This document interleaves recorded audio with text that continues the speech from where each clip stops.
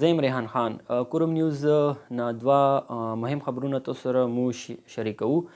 اټول نه اول خبر خو دا ده چې د بګن متاثرینو کومه درنا په لوور مندوري کې جری ده هغه یوه میاشت پوره شوله او دې یوې میاشتې کې پر امن طریقې سره دغو خلکو د درنا جری وساتله او اوسه پورې الحمدلله داسې څه مسله ورکې نه راولله، خو د دغې درنې کوم مطالبات دي هغه کې اوسه پورې په یوې مطالبې منتې هم حکومت عمل درآمد نه ده کړه.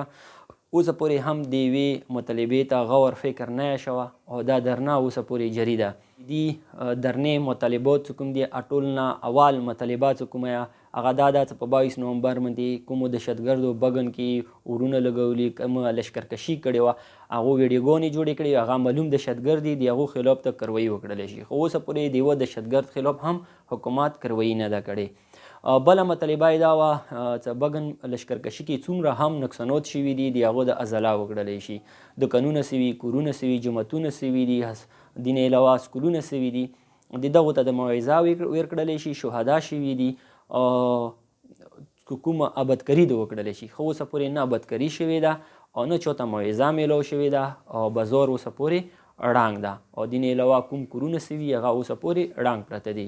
حکومت طرفه نه پی ډي ایم ای کله سروې کمپلیټ کړله، پی ډي ایم ای اول فرصت کې خلکو ته کوم سمنونه ورکولو یا راشن یا مطلب ټینټونه وو، دین علاوه بشترې وي، هغه ورکړې وي. هغه کې هم اټوله 2 نمبري شوې وه.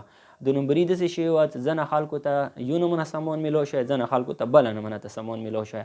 بیا حکومت ته دین علاوه پی ډي ایم ای ته زیر انتظامیې ته خلکو درخواستونه ورکړو چې دې کې مسلې دي. بیا هغو ویلو چې د کوم خلک پاتې دي دوی ته به بیا سامان میلاو شي. خو اوسه پورې هېڅ قسم ته هغو ته سامان نه میلاو شوه.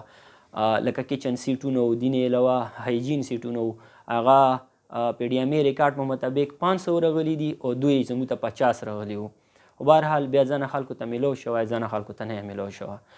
بیا پی ډي ایم ای هېڅ قسم ته مرستې نه کړي دغو خلکو سره، نه ضلع انتظامیې دغو خلکو سره مرستې کړي دي.